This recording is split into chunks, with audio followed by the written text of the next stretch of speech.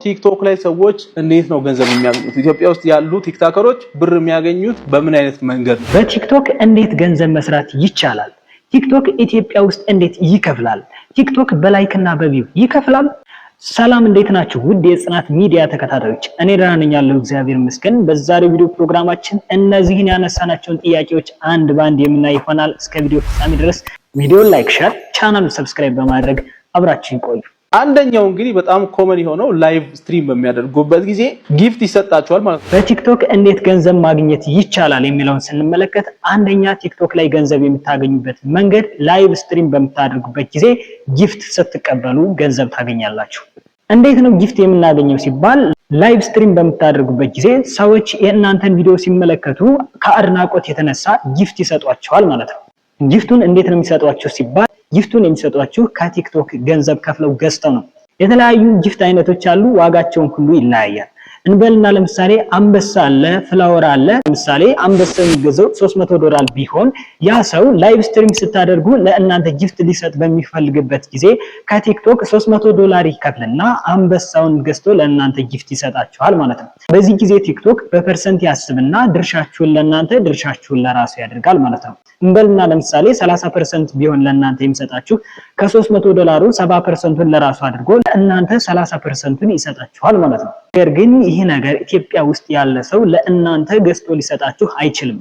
ምክንያቱም ክፍያው የሚከናወነው ፔፓል እና የመሳሰሉ የክፍያ መንገዶችን ተጠቅመው ነው የሚያደርጉት። ቲክቶከሮች ጊፍተሮችን መተዋወቅ ምናምን ያስፈልጋቸዋል። ጥሩ ቪዲዮ ስለሰራችሁ ብቻ ጊፍተሮች ዝም ብሎ አይሰጧችሁ። ስለዚህ ይሄን በመረዳት ከጊፍት ገንዘብ ያገኛለሁ ብሎ የሚያስብ ሰው ከጊፍተሮች ጋር መተዋወቅ፣ የተለያዩ ላይቭ ስትሪሞችን በመስራት ኮንቲኒየስሊ ጌም በመጫወት በተለያዩ መንገዶች ላይቭ ጊፍት እንዲሰጠው ማድረግ ይችላል። ሁለተኛ ከቲክቶክ ገንዘብ የምታገኙበት መንገድ ማስታወቂያ ወይም ፕሮሞሽን በመስራት ነው። ሁለተኛውና ዘ ሞስት ኮመን የኢንካም ሶርስ ምንድነው? ማስታወቂያ በመስራት ነው ለድርጅቶች።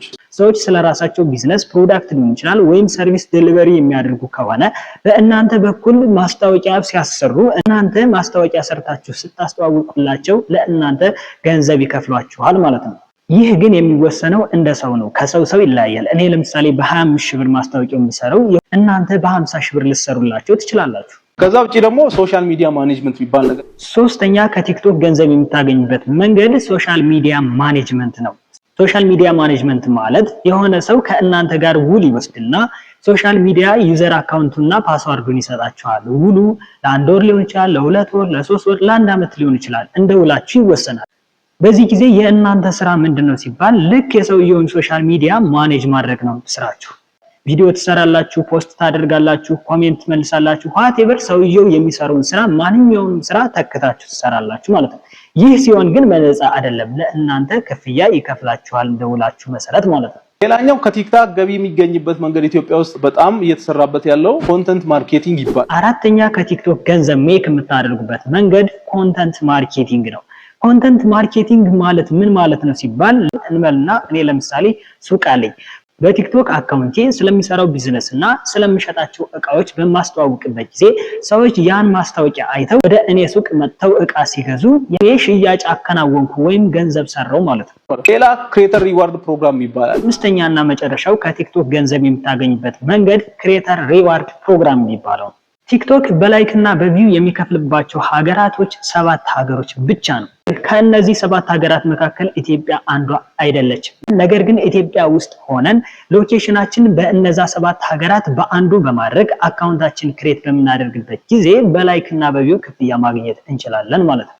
በቀጣይ ቪዲዮ የምሰራው በላይክ እና በቪው ክፍያ የምታገኙበትን ኢንተርናሽናል አካውንት እንዴት ክሬት እንደምታደርጉ ቪዲዮ ይሸመጣለሁ። ስለዚህ ሰብስክራይብ ያላረጋችሁ ሰብስክራይብ አድርጉኝ፣ ቪዲዮ በመለቅበት ሰዓት እንዲደርሳችሁ።